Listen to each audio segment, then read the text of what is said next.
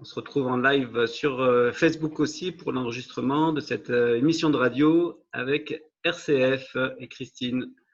Bonjour tout le monde, bonjour aux amis de Facebook. Bonjour. Bonjour. Bonjour. Bonjour. Alors on va se lancer peut-être, Eric. Allez, c'est bon. Une nouvelle émission donc en partenariat Solopreneur 05 et RCF Alpes-Provence. On se retrouve tous les 15 jours. On a décidé donc d'une fréquence un petit peu plus rapprochée parce que les événements, la situation économique nous donnent envie de parler des entreprises et de l'économie. Et aujourd'hui, nous avons le plaisir donc d'accueillir Julie Fournier-Jumin. Bonjour Julie. Bonjour Christine. Voilà. Aline Garnier, bonjour. Oui, bonjour. Aline, bonjour. Virginie Leguil, bonjour. Bonjour Christine. Et Stéphanie Schlegel, bonjour. Bonjour Christine. Alors, merci d'être là aujourd'hui pour nous présenter votre activité et puis votre actualité. Alors, je vais commencer par Julie peut-être. Julie Fournier-Jumin, bonjour Julie. Est-ce que vous pourriez nous présenter votre activité? Bien sûr. Moi, j'ai une activité de naturopathie et réflexologie plantaire. J'ai un cabinet dans la ville de Veynes et je rayonne à alentour. Donc voilà, donc je propose des consultations aux particuliers en naturopathie et réflexologie et je prépare pour la rentrée une offre entreprise également. D'accord. Ça fait combien de temps que vous avez créé cette entreprise? J'ai créé mon activité en janvier 2020. Ah, donc c'est tout récent. Exactement, tout récent, toute neuve. Est-ce qu'on peut connaître un petit peu votre parcours avant pour avoir décidé de créer cette activité? Bien sûr. Moi, j'ai travaillé pendant 12 ans dans l'industrie agroalimentaire. Voilà, je faisais de la logistique dans l'industrie agroalimentaire. Et puis, j'ai vraiment eu envie de me recentrer sur l'humain. Et j'ai pris le temps de faire un bilan de compétences qui m'a amené à ce métier de naturopathe. Donc, j'ai fait un virage à 180 degrés. Et le point d'ancrage entre mon activité professionnelle précédente et mon entreprise aujourd'hui, c'est l'alimentation. Voilà. D'accord. Donc, vous êtes spécialisée dans l'alimentation, c'est ça? Oui, dans le cadre de la naturopathie. Oui, vraiment, il y a 3 piliers dans la naturopathie. Le premier, c'est l'alimentation. Le second est l'activité physique et la respiration. Le troisième est la gestion du stress et des émotions. Et est-ce que le fait d'être dans les Hautes-Alpes, ça représente quelque chose de particulier? Enfin, c'est quand même une terre d'accueil, on va dire? Oui, tout à fait. Moi, j'ai vraiment fait le choix de venir installer mon activité ici. Je suis plutôt originaire des Hauts-de-France et je me suis promenée en France et en Europe avant de venir choisir de m'installer ici. D'accord. On va parler maintenant, on va laisser parler Aline. Aline Garnier. Bonjour Aline. Parlez-nous de votre activité, s'il vous plaît. Oui, bonjour. Alors moi, je suis coach sportif et je me suis spécialisée dans les douleurs chroniques au genou. C'est-à-dire que j'aide les personnes qui ont mal au genou et qui ont du mal à s'en sortir, à retrouver des genoux solides et à retrouver la liberté de faire ce qu'elles veulent sans avoir de douleur au genou. Alors, pourquoi cette spécialité dans le genou en particulier? Alors, il y a une partie qui vient de mon histoire personnelle, puisque moi, j'ai un syndrome rotulien depuis des années. J'ai un genou opéré d'ailleurs. Et on m'avait prédit que je pourrais jamais faire d'études dans le sport, que c'était foutu pour moi, en gros. Et en fait, j'ai fait des études dans le sport, puisque j'ai une licence TAPS, sciences et techniques des activités physiques et sportives. J'ai passé mon CAPEPS, donc j'étais professeure d'éducation physique et sportive en collège et lycée. Donc, et je peux faire toutes les activités que je veux. Donc finalement, ces genoux m'ont jamais vraiment gênée. Et j'ai mis des choses en place pour ça. Et puis le hasard, en fait, en faisant du coaching sportif, il y a plein de personnes qui me disaient, moi, je viens au sport parce qu'on m'a dit qu'il fallait que j'en fasse pour mes genoux. Ou d'autres personnes qui me disaient, moi, je peux pas faire de sport parce que j'ai mal aux genoux. Et je me suis dit qu'il y avait quelque chose à créer pour tous ces gens-là qui avaient mal aux genoux et qui avaient du mal à trouver une solution, en fait. Alors, si j'ai bien suivi, vous avez quitté quand même l'éducation nationale pour créer votre activité. Oui, alors j'ai quitté l'éducation nationale il y a pas mal d'années. Entre-temps, j'ai fait différents métiers et qui m'ont amené aujourd'hui à celle-ci qui s'appelle Bouge tes genoux.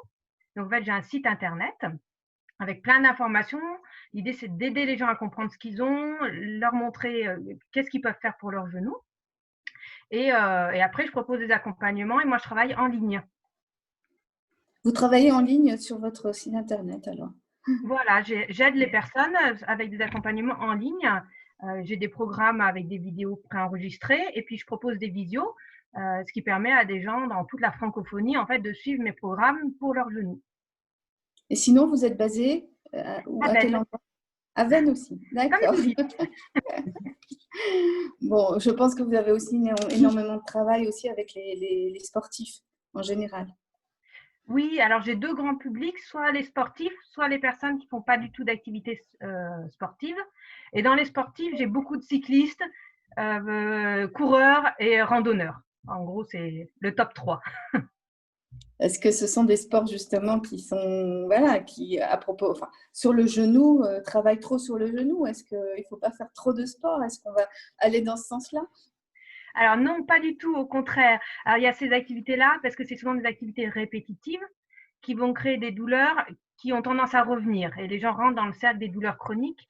Mais non, il ne faut surtout pas dire qu'il ne faut pas faire d'activité physique parce que c'est justement par le mouvement, le fait de bouger qui va permettre d'avoir des genoux forts et solides. Il faut juste y aller progressivement, faire les bons exercices pour pas se blesser. Et suivre vos conseils, en tous les cas. Exactement. Je me tourne vers vous, Virginie Leguil. Virginie, parlez-nous de votre activité. Alors, moi, là, l'objectif, c'est de créer des pelotes de laine, voire des articles en laine de chien, avec du sous-poil de chien ou de chat. Donc, ça ne s'adresse pas forcément à tous les chiens. Et ça va être surtout des chiens à poil long. Il y a des chiens qui ne se filent pas. Et sinon, il y a beaucoup de chiens qui se filent. Comment avez-vous eu cette idée? Oh là, ça vient de loin. En fait, à la base, j'avais créé mon activité de tissage. Et du tissage, j'ai été curieuse de savoir comment on crée la laine. Et après, il y avait une question d'éthique aussi derrière. Parce que souvent, on achète des laines industrielles dont la provenance est assez… voilà, on ne sait pas comment sont traités les animaux en amont. Donc ça me posait un problème. Donc, je me suis mis au filage pour travailler plus en amont la laine. Et donc, ça m'a énormément plu. Et un jour, j'ai découvert qu'on pouvait faire de la laine avec du sous-poil de chien. Donc, j'ai très vite testé et il s'avère que ça a exactement les mêmes propriétés que de la laine traditionnelle, quoi. Vous êtes basée où, Aline? Je suis à Saint-Pierre-à-Vèze. Virginie, pardon. Je suis à Saint-Pierre-à-Vèze, dans les gorges de la Méouge. Voilà. Et donc, la matière première, comment ça se passe? Alors, en fait, c'est surtout… c'est surtout les propriétaires des animaux qui vont faire l'étape principale, récupérer le sous-poil. Et c'est là où tout se fait, c'est-à-dire surtout sur le piquant de la laine. Donc, il y a des périodes de mue où on va récupérer la laine, donc le printemps et l'automne. Il ne faut pas s'acharner à vouloir récupérer le plus de sous-poil possible, parce que plus il y a de sous-poil, parce que sinon on va mettre trop de poils dans la laine et c'est là qu'elle va être piquante. Si on a que du sous-poil, ça va être très doux et si on a trop de poils, eh ben, ça va être piquant parce qu'on a vraiment 2 couches dans la fourrure. Et donc c'est vraiment là où tout va se jouer. Alors, quelles sont les races de chiens qui produisent le plus de laine? Enfin, on va dire ça, quoi. Alors, tous les chiens pratiquement font du sous-poil. Après, il y a des exceptions comme les caniches, les rottweilers, les teckels. Donc ça fait pas, ça marche pas du tout. Là, ce qui est le top, c'est les chiens à poil long, parce que les chiens à poil court, c'est très dur de filer. Donc, il y a les huskies, il va y avoir les patous, border collie, berger australien, leonberg, tous les chiens à poil long, berger allemand à poil long.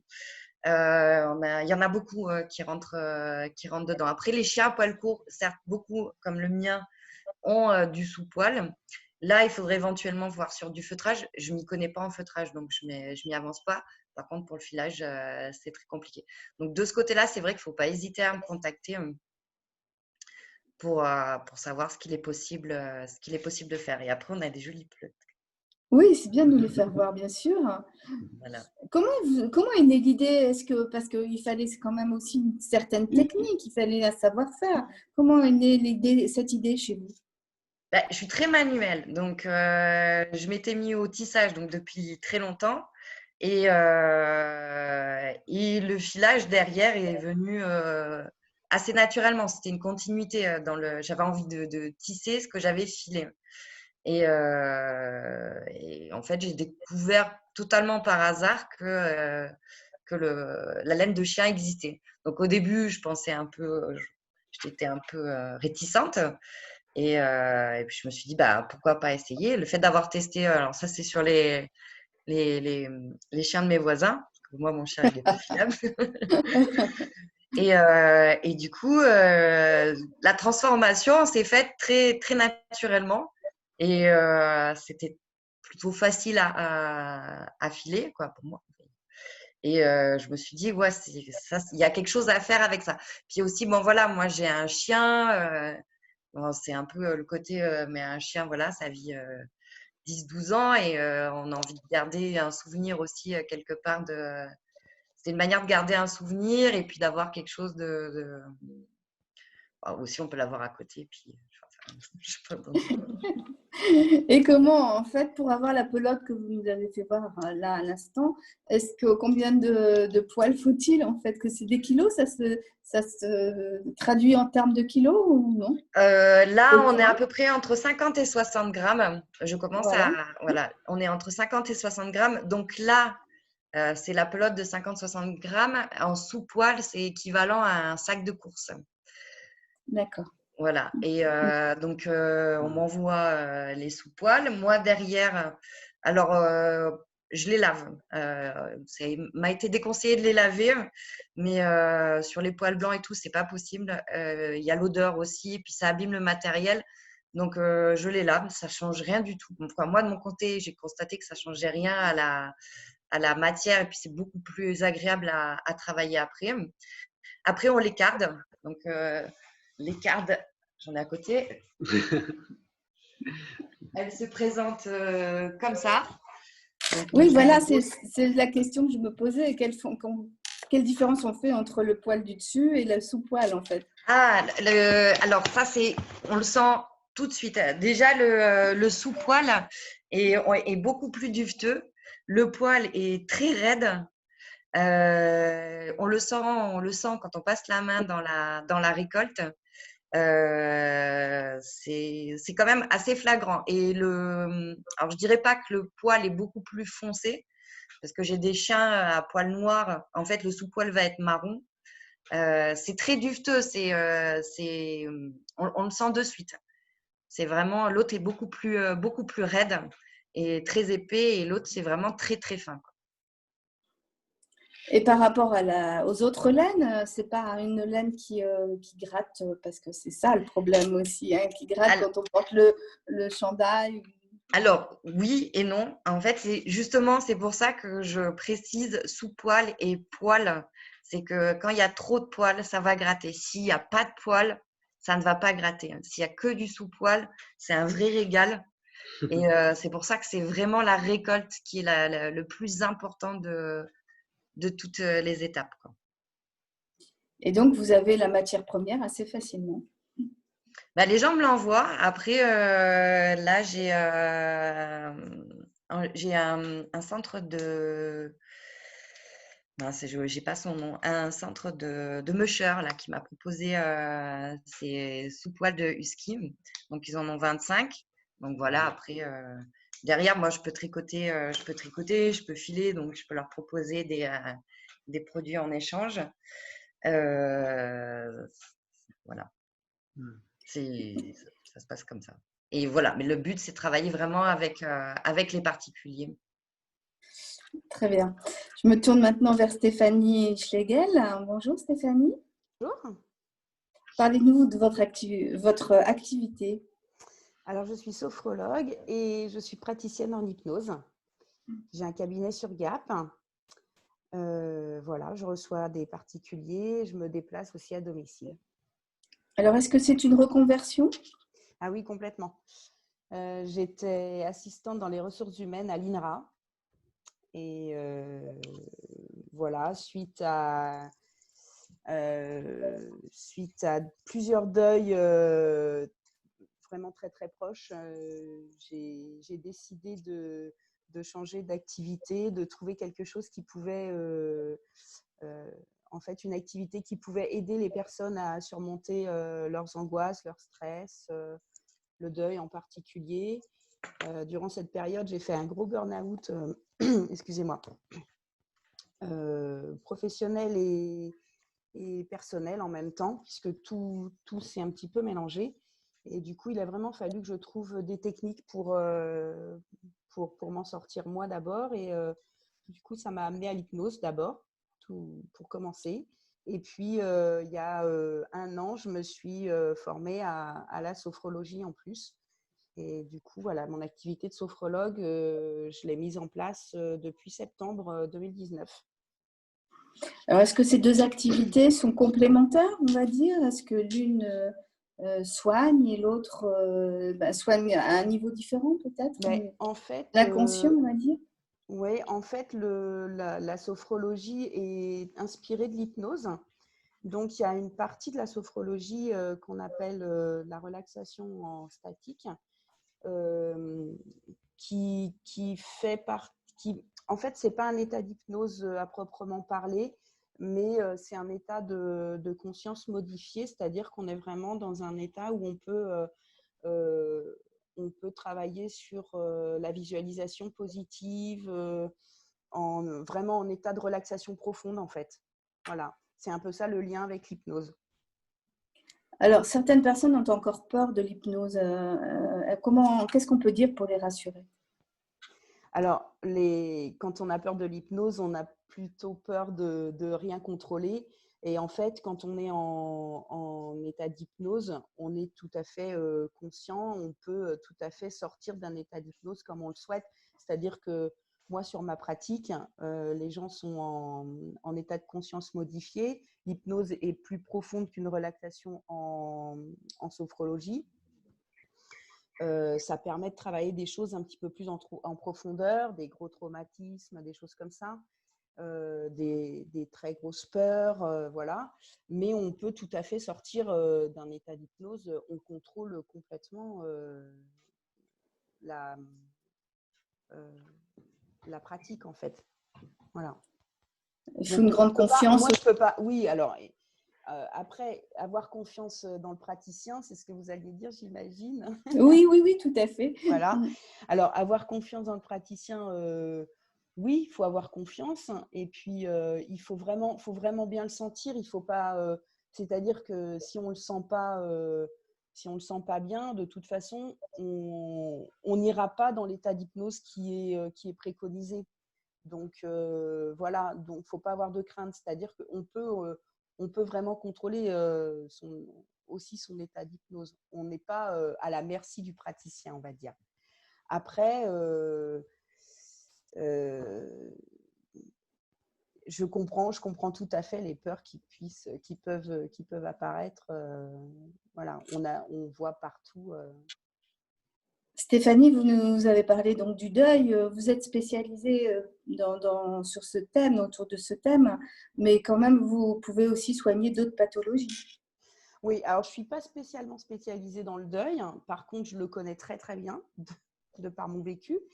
Mais effectivement, j'accompagne beaucoup de personnes, ne serait-ce que pour retrouver un état de bien-être, de la sérénité dans sa vie quotidienne, pouvoir gérer son stress, pouvoir aussi gérer ses douleurs. Beaucoup de gens qui viennent me voir parce qu'ils ont des douleurs. Donc voilà, apprendre à gérer ses douleurs au quotidien. Et puis, je vous dis vraiment retrouver un état de bien-être dans sa vie quotidienne, en fait. Voilà, gérer vraiment le stress, les angoisses, certaines peurs. Voilà, ça tourne vraiment autour de tout ça. Alors, nous enregistrons et nous sommes en live quelques jours après, enfin un petit peu de temps après le déconfinement. Je vais vous demander à chacune d'entre vous comment vous avez vécu ce confinement, parce que est-ce que votre activité en a souffert ou il y a eu des angoisses? Comment ça s'est passé? Je pense Voilà, qu'au niveau, donc, je vais prendre la parole, ce oui.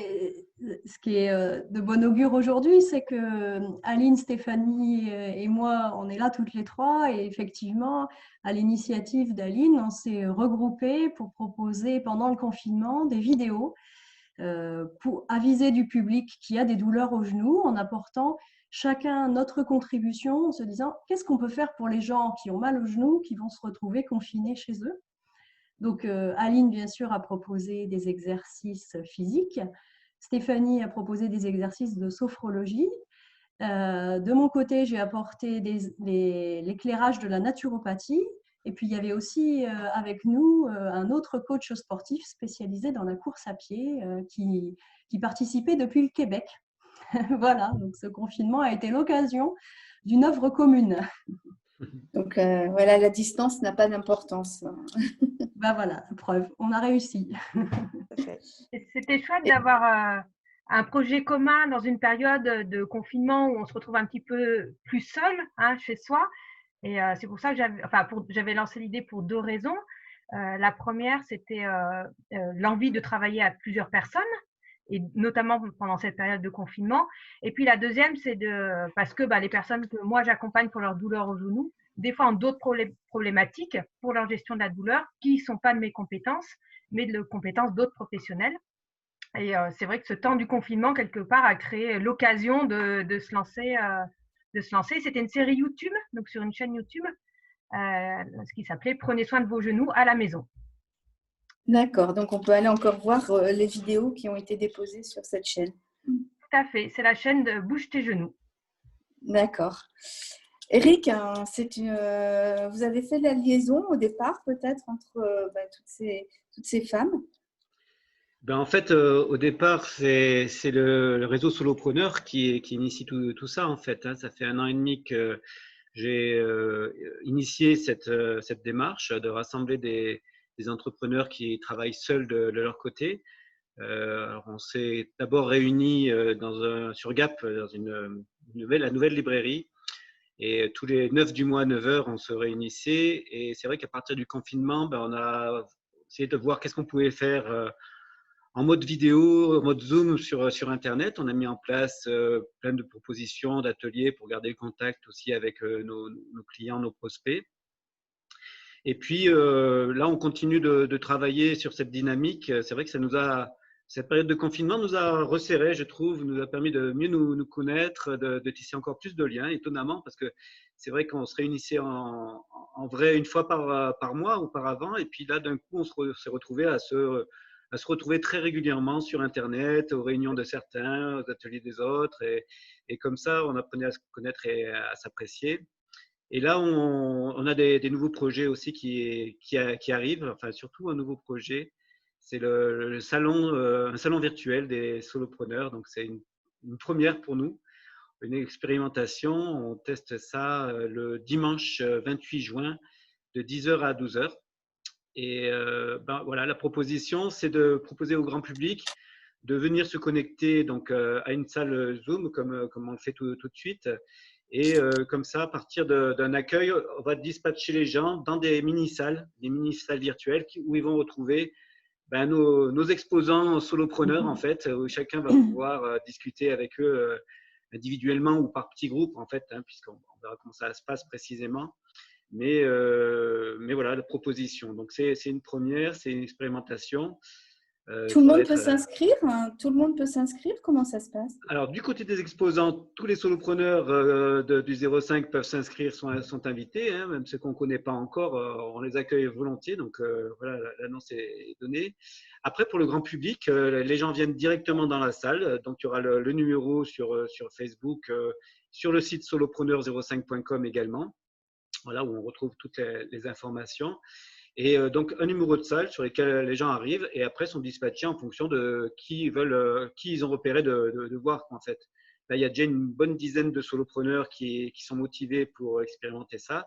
Et je pense que même d'ici le 28 juin, il y aura encore un petit peu plus de monde encore à venir voir et découvrir. Alors, le but de ce salon, c'est de mettre les personnes en contact, c'est ça? Voilà, de faire connaître nos propositions, nos activités. Alors, c'est vrai qu'il y en a, quand on voit Virginie qui propose voilà, de faire des pelotes de laine avec les sous-poils de chien, c'est assez étonnant, c'est à découvrir. Donc, tous les gens qui ont un chien devraient venir voir Virginie. Bon, elle ne sera peut-être pas disponible cette fois-là, mais à un prochain salon, sinon, je suis en train de réfléchir en même temps. Mais sinon, oui, c'est toujours sympathique d'aller pouvoir poser un petit peu des questions aux gens, savoir ce qu'ils font. Alors, des fois, en plus, quand il y a des propositions qui sont en ligne uniquement, ben, ça permet en effet d'aller voir Julie, Stéphanie ou Aline, parler de qu'est-ce qu'il y a, c'est quoi ces vidéos qu'on peut aller voir sur YouTube, etc. Enfin, voilà, chacun va affiner ses propositions et c'est d'avoir le contact en effet avec son public, quoi. Alors là, c'est du virtuel, mais je crois que savoir qu'il y a une autre actualité, c'est un pique-nique aussi. Oui, parce que donc, voilà, on se réunit le 9 de mois. Donc là, c'est plutôt une proposition uniquement pour les solopreneurs. On se réunit pour faire un peu du réseautage, voir quelles sont les synergies à créer, ben, comme Julie l'a expliqué tout à l'heure, ce genre de synergie-là. Et cette fois, pendant l'été, en tout cas, juillet et août, on va proposer des pique-niques, enfin un pique-nique en tout cas. Ça sera au parc de Charens, au niveau du château, qu'on va proposer ça. Donc là aussi, il y a un événement Facebook qui est créé, marqué pique-nique solopreneur et vous y arrivez. Et voilà, l'idée c'est de passer un bon moment aussi au soleil. Oui, c'est important aussi. Dans toutes vos activités, Julie, Aline, Virginie et Stéphanie, vous êtes un peu aussi seule aussi. C'est cette dimension aussi de partage, de communication, d'échange qui est important. Oui, Oui, bah, c'est vrai que quand on travaille chacun de son côté, on a besoin de rencontrer d'autres, enfin, c'est un besoin de rencontrer d'autres personnes. Et puis, c'est souvent s'ouvrir à d'autres choses qui existent et avancer dans sa pratique aussi. Des fois, comme là, on a créé un projet commun. Et puis aussi, tout simplement, le plaisir de se retrouver. Ouais. Stéphanie, c'est la même chose aussi. Vous Oui, avez oui, besoin de ce contact aussi? Oui, parce qu'on est, c'est vrai que dans notre pratique, enfin, je parle pour moi là, mais on est quand même, on travaille en cabinet, on est un peu seul. Après, on essaye de faire différentes choses, même en dehors du cabinet. Et c'est vrai que les solopreneurs, pour ça, c'est un beau moment de partage une fois par mois. Comme dit Aline, ça permet de rencontrer des personnes qu'on n'a pas forcément l'occasion de rencontrer. Et puis, d'ailleurs, c'est grâce à une réunion solopreneur que j'ai rencontré Aline et puis Julie aussi, et que voilà, que le petit projet, le petit gros projet d'ailleurs pour nous, est né pendant le confinement. Un gros projet d'ailleurs parce que comme il a fallu faire des petites vidéos sur YouTube, voilà, faut se lancer quand même. C'est pas si évident que ça. Eric, vous étiez un soutien dans ce projet aussi? Vous aidiez techniquement peut-être un peu?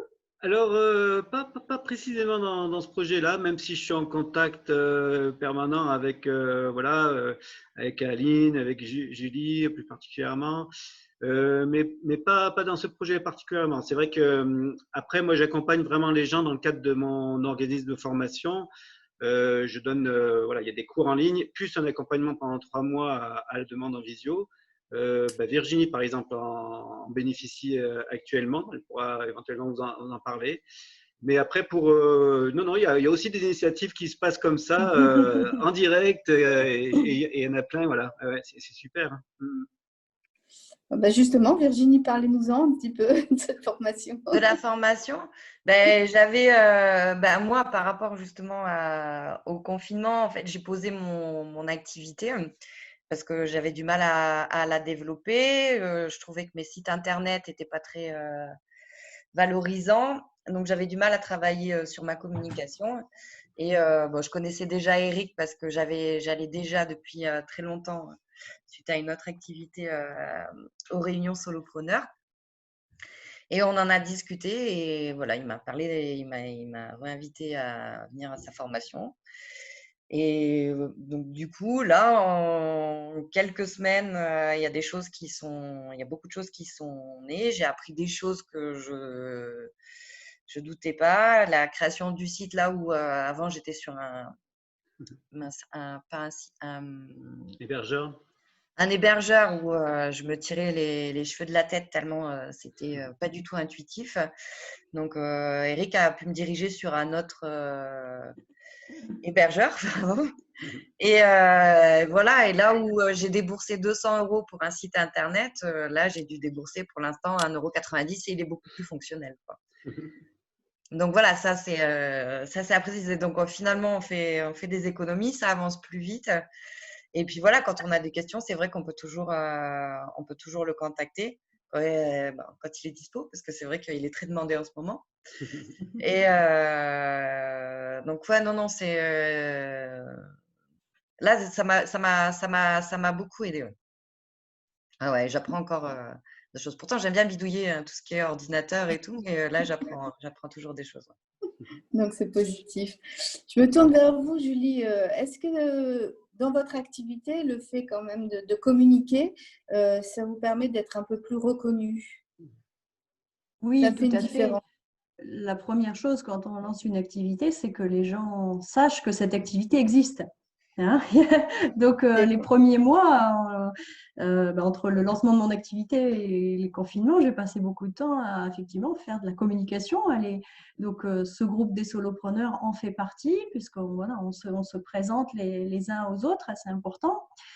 Et puis finalement, pendant le confinement, il a fallu être créatif et agile en disant moi, bien sûr, mon activité ne pouvait plus avoir lieu, je ne pouvais pas accueillir des gens au cabinet. Donc, comment on fait dans ce contexte-là pour continuer à travailler et pour continuer à faire parler de soi?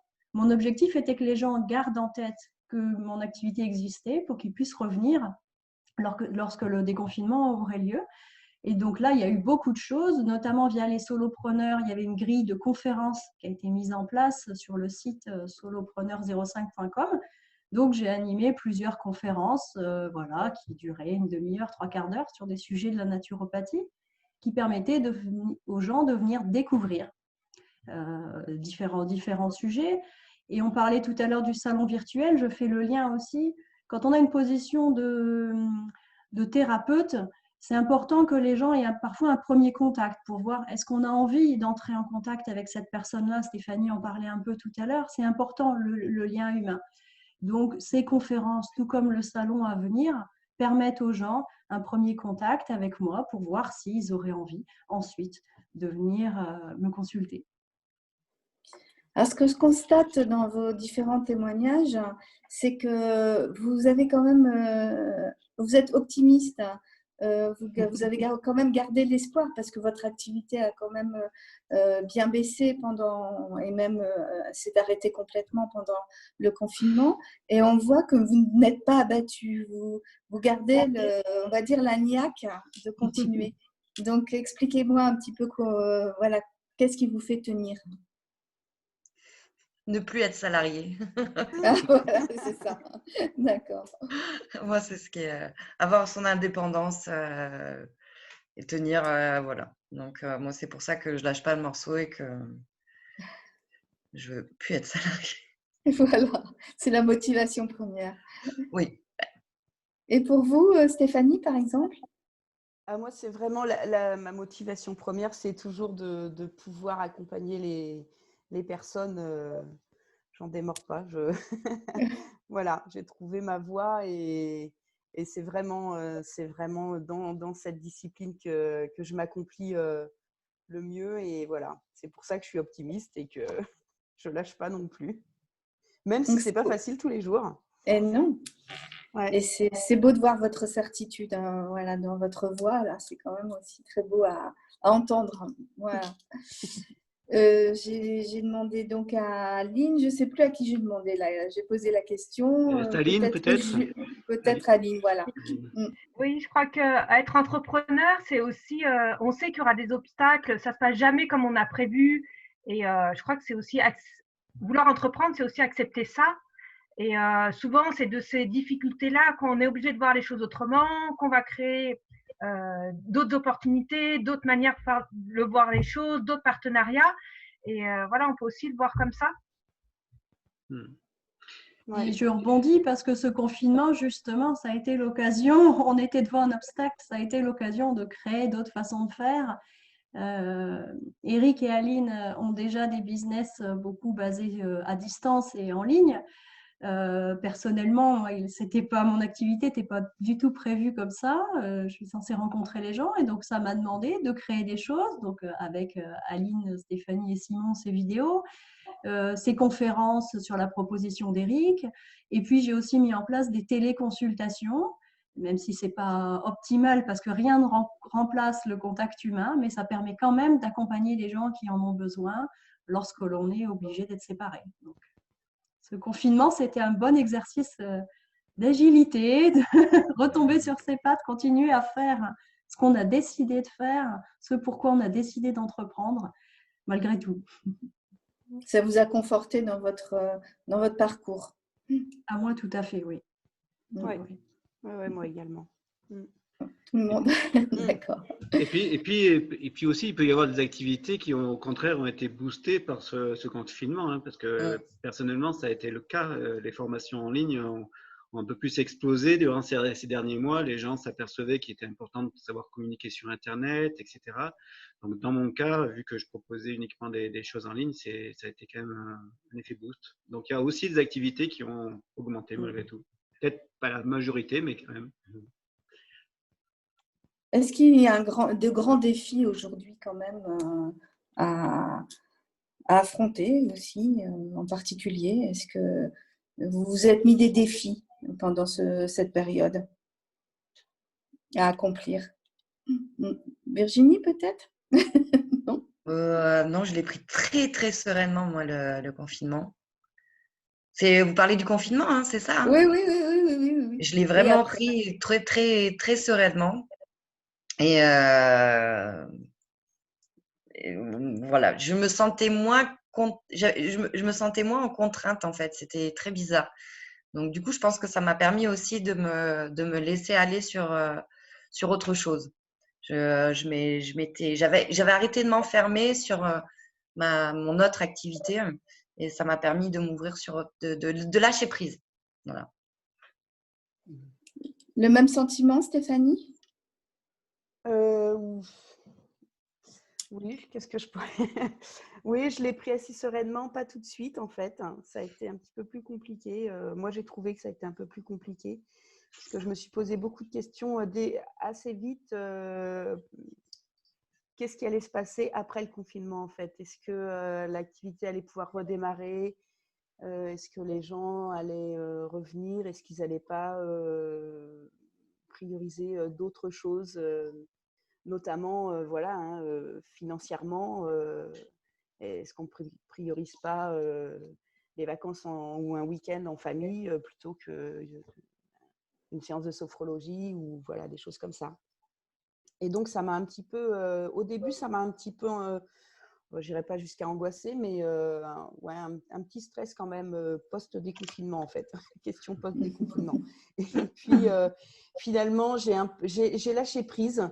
Je me suis dit que c'était certainement le moment de de voir autre chose, de voir différemment et effectivement de proposer la téléconsultation comme Julie, voilà, des choses comme ça. Et puis, de toute façon, advienne que pourra, on verra bien. Et puis finalement, le déconfinement se passe très bien. Donc, il n'y avait pas vraiment de raison de s'en faire. Mais bon, malgré tout, il y a eu un petit stress quand même à un moment donné. Voilà. Il a fallu s'adapter. C'est ça, ouais, l'adaptabilité. Et puis, ça booste la création. Hein. Finalement, on voit les choses différemment. On enlève un petit peu ses œillères ou on les agrandit. On ne voit pas qu'un chemin. On voit qu'il y a plusieurs chemins pour arriver là où on veut aller finalement. Voilà, tous les chemins mènent à Rome, mais je pense que… voilà, il y a beaucoup de chemins qui mènent à la réussite et pas toujours ceux qu'on pense d'ailleurs. Oui. Julie, vous êtes d'accord avec Oui, Stéphanie? je rebondis parce que vous parliez de défis. Et pour moi, le défi pendant le confinement, ça a été d'accepter la proposition d'Aline de faire des vidéos. Et oui, Voilà, on en parlait avec Stéphanie. Voilà, c'est pas toujours évident de se filmer, d'avoir son image sur Internet. Voilà, donc là, ça a été, on parle souvent de sortir de sa zone de confort. Ça a été ça pour moi pendant le confinement. Ça a été les vidéos et finalement, j'ai pris de plus en plus de plaisir jusqu'à faire une vidéo humoristique à la fin, tellement voilà, j'étais de plus en plus à l'aise.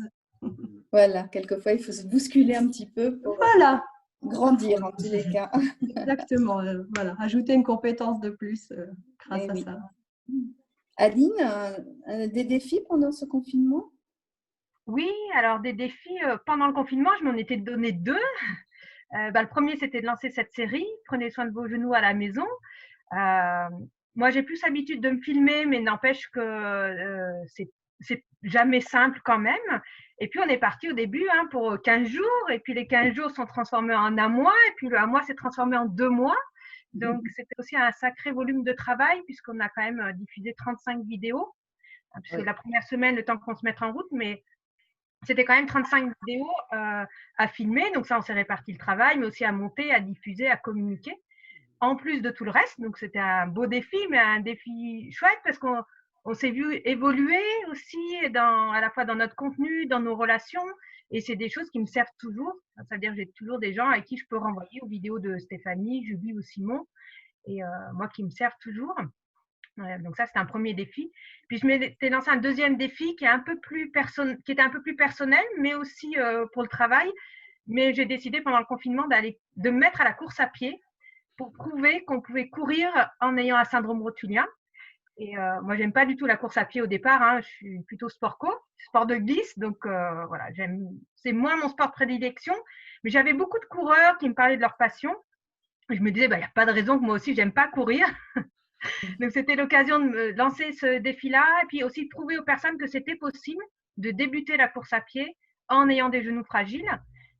Donc, j'ai commencé à un petit en durée, mais quand même, le défi, c'était d'aller courir 5 fois par semaine pendant tout le confinement, qui a duré 15 jours, puis un mois, puis 2 mois. Donc, ça fait un paquet de sorties. Et je peux dire aujourd'hui que je n'ai jamais eu mal au genou en allant courir. Voilà.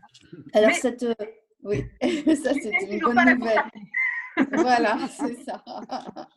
Mais il est intéressant de savoir aussi qu'on peut faire un bilan quand on a mal et qu'on peut venir vous voir et justement pour savoir ce qu'on peut encore faire ou pas. Voilà. Tout à fait. Souvent, les gens pensent qu'ils ne peuvent pas faire grand-chose. Et moi, l'idée, c'est de les amener à prendre confiance en eux, prendre confiance dans leur corps et leur montrer qu'en fait, il y a plein de choses qu'ils peuvent faire. C'est juste de donner les bons exercices, de se donner un peu du temps, d'y aller progressivement, d'être accompagné pour ça. Et que bien souvent, ils peuvent continuer leur passion alors que des fois, ils n'y croient plus quand ils arrivent. Alors, les vidéos, c'est terminé. Vous gardez combien de contacts entre vous? Comment ça se passe aujourd'hui s'il n'y a plus la motivation des vidéos?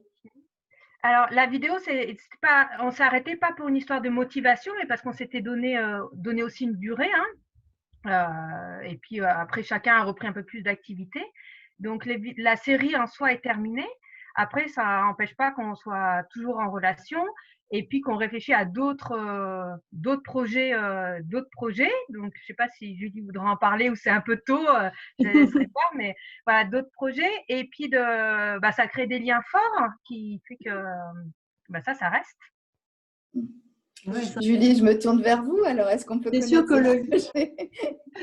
que le lien entre nous, voilà, on se connaissait déjà par les solopreneurs, mais le fait d'avoir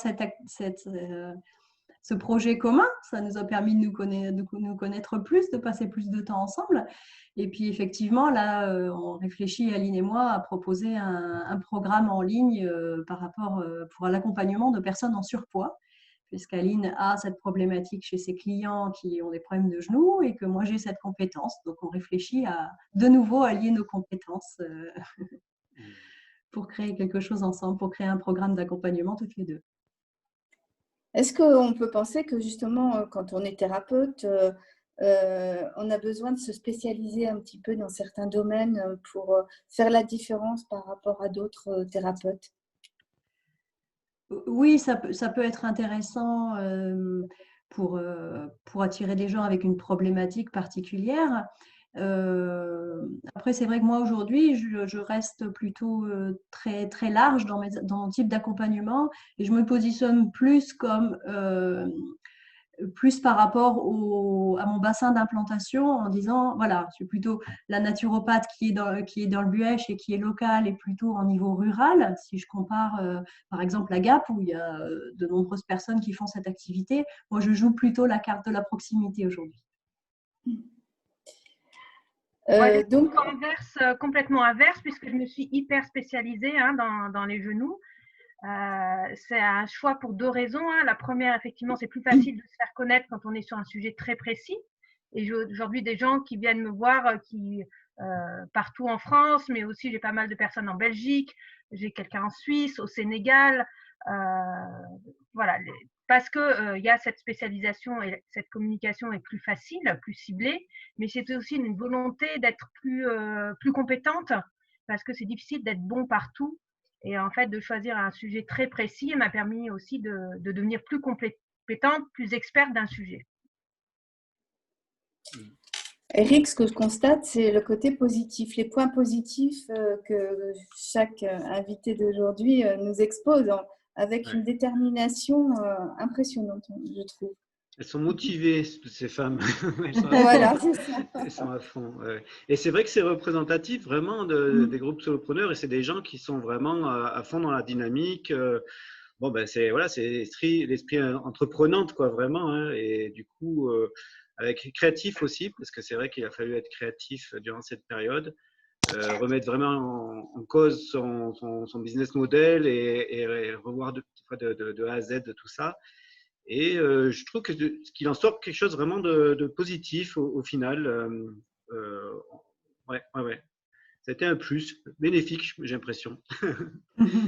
Alors aujourd'hui, justement, si des personnes ont envie d'entreprendre, de se lancer dans la création d'une entreprise, est-ce que vous les encouragez ou pas Oui, je les encourage et on les accueille. Hein, même, enfin, le réseau solopreneur n'est pas ouvert uniquement à ceux qui sont déjà à leur compte, mais aussi ceux qui ont l'intention de s'y mettre d'ici les prochaines semaines, mois, ou même c'est juste une petite graine, ils viennent un peu tâter le terrain, voir un peu l'ambiance, parler de leur projet.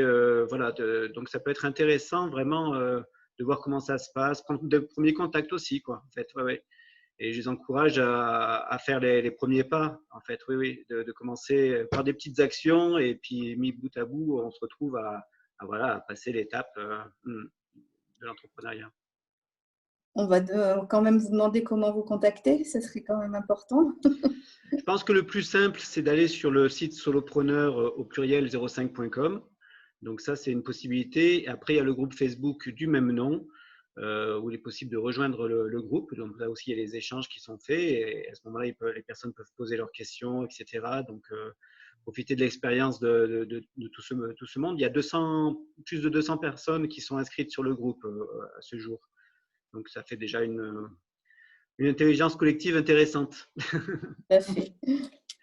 Stéphanie Schlegel, vous pouvez nous donner votre contact? Comment on peut, si on a envie de profiter de vos soins en sophrologie et hypnose, comment peut-on vous contacter? Alors, j'ai une page Facebook pro, Stéphanie Schlegel, sophrologie et hypnose. Voilà, sinon, sur Internet, on me trouve aussi Stéphanie Schlegel ou hypnose, sophrologie, Gap. Voilà, j'y suis.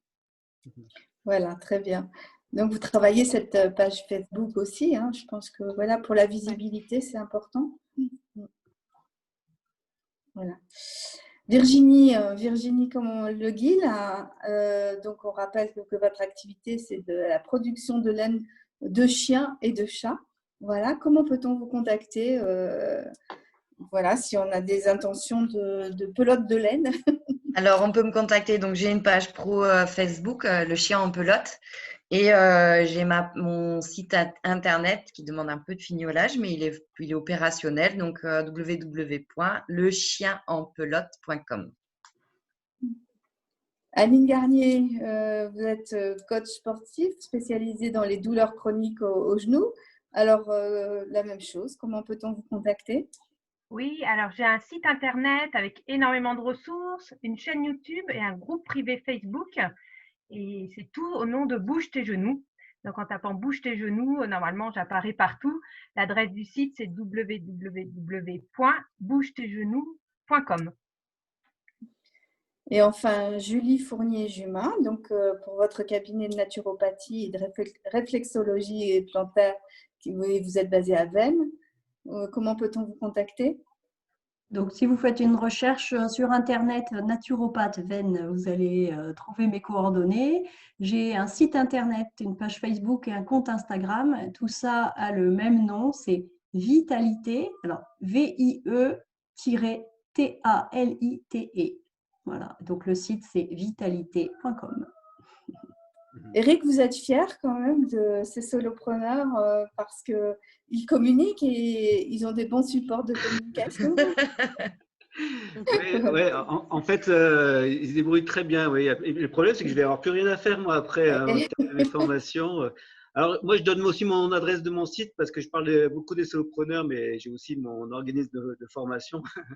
Donc, si on veut retrouver mes propositions, surtout la marketing class, marketing digital, masterclass marketing digital, pardon, ça sera sur sotoka-online.com. Donc, SOTOCA-online.com. Voilà. On va finir en vous demandant ce qu'on peut vous souhaiter vous êtes donc vous avez repris votre activité. Qu'est-ce qu'on peut vous souhaiter? Quel est votre plus grand espoir pour la fin de l'année, par exemple? Je me tourne vers peut-être Julie. De développer cette activité qui est naissante et voilà, qu'elle puisse croître, prendre racine et prendre essor cette année, aussi bien avec les particuliers qu'avec les entreprises, parce que ça me semble vraiment important. Moi, je suis Alors ça, c'est un persuadée projet, voilà. Oui. Oui, c'est un projet, parce que moi, je suis persuadée que des personnes, des individus en bonne santé contribuent positivement à construire une entreprise en bonne santé. Voilà. Alors, le territoire des Hautes-Alpes aussi peut permettre ça? Oui, de toute façon, il y a des entreprises, des administrations, des organisations au sens large partout sur le territoire, hein, puisque on parle des entreprises, mais ça peut aussi être les collectivités locales, le tissu associatif, tous les gens qui travaillent ensemble. D'accord.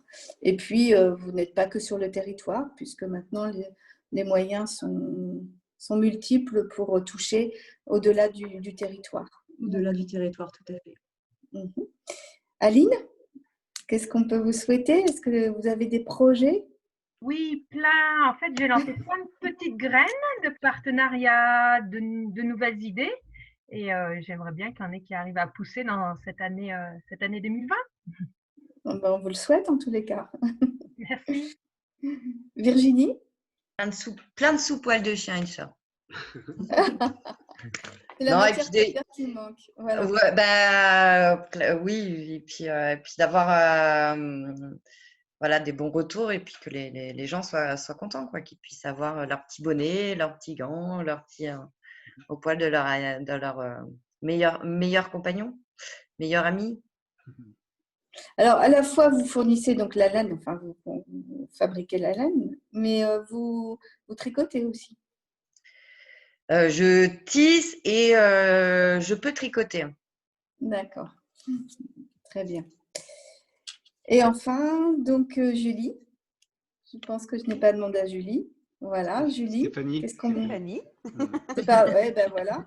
J'ai été dans le mauvais sens de ma liste. C'est pas grave. Donc, Stéphanie, qu'est-ce qu'on peut vous souhaiter? Eh bien, de continuer à développer mon activité. Et puis, j'ai quelques petites graines, moi aussi, comme Aline, qui commencent à germer sérieusement. Voilà, que ça puisse aller au bout et voilà, garder ma confiance, ma sérénité pour en faire profiter tous les gens que j'accompagne. Eh bien, je vous le souhaite aussi. Bien, je pense qu'Éric, nous arrivons à la fin de cette émission. Oui, tout à fait. Voilà. Merci pour votre ce que vous nous avez partagé, fait partager sur notre antenne et sur Facebook. Et puis, on vous dit à une prochaine fois. Voilà, si vous avez des projets, vous êtes les bienvenus pour venir nous en parler. Et puis, Merci. voilà. Très bien, merci. Avec plaisir. Au revoir. Au revoir. Au revoir. Au revoir. Et au revoir à tous ceux qui nous regardaient sur Facebook. Hop, j'arrête la diffusion.